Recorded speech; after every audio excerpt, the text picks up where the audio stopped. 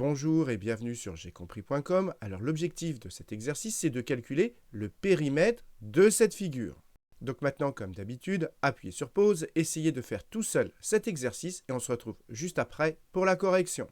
Donc allons-y, corrigeons cet exercice. Alors déjà, périmètre, péri, ça veut dire autour, et mètre, ça veut dire mesure. Et donc périmètre, c'est la mesure de ce qu'il y a autour, c'est-à-dire la mesure du contour, c'est-à-dire la mesure, la longueur de la ligne noire qui est dessinée ici. Et ce périmètre, il est composé de deux parties. Ici, vous avez un demi-cercle, et là, vous avez des segments, et c'est facile de calculer leur longueur, parce que ici, un carreau, ça fait 5 décimètres.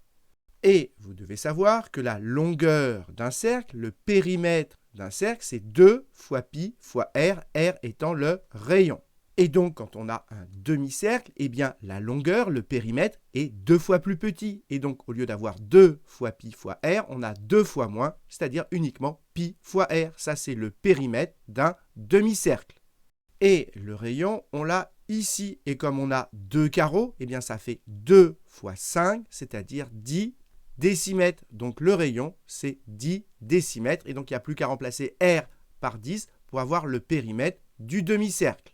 Donc, j'appelle R la longueur qu'on a ici, qui vaut 2 fois 5 décimètres. C'est ce que j'ai écrit ici, ça fait bien 10 décimètres. Et donc, le périmètre de la figure, c'est la longueur du demi-cercle, c'est-à-dire pi fois R, plus la longueur des segments qu'on a ici. Et donc, on va compter combien on a de graduations.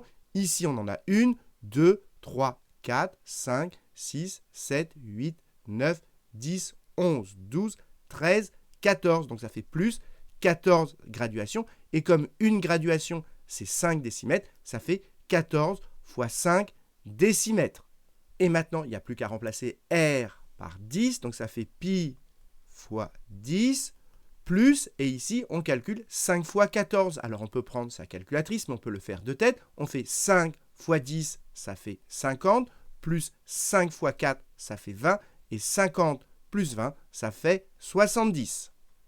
Alors, en général, on n'écrit pas pi fois 10, mais on écrit plutôt dans l'autre sens, 10 fois pi. Et vous savez que quand un multiplié est suivi par une lettre, on n'est pas obligé de l'écrire, et donc on écrit plus simplement 10 pi. Donc ici, ça fait 10 pi plus 70, et le résultat est en décimètres. Maintenant, on nous demande de donner une valeur approchée à l'unité près. Donc, on va calculer ceci avec notre calculatrice. Donc, 10 que multiplie pi. Pi est ici en jaune, donc je fais seconde, et puis je clique ici, plus 70, et j'appuie sur Exé. Et maintenant, ce résultat, il faut arrondir à l'unité. Et à l'unité, ça va me donner soit 101, soit 102. Alors, si vous n'êtes pas à l'aise, faisons un petit schéma. Ici, je place 101. Ici, je place 102 et au milieu, j'ai 101,5.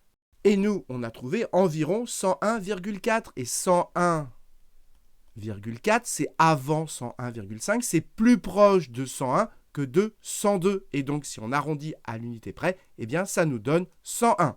Voilà, c'est ce que j'ai écrit ici, ce qui termine cet exercice.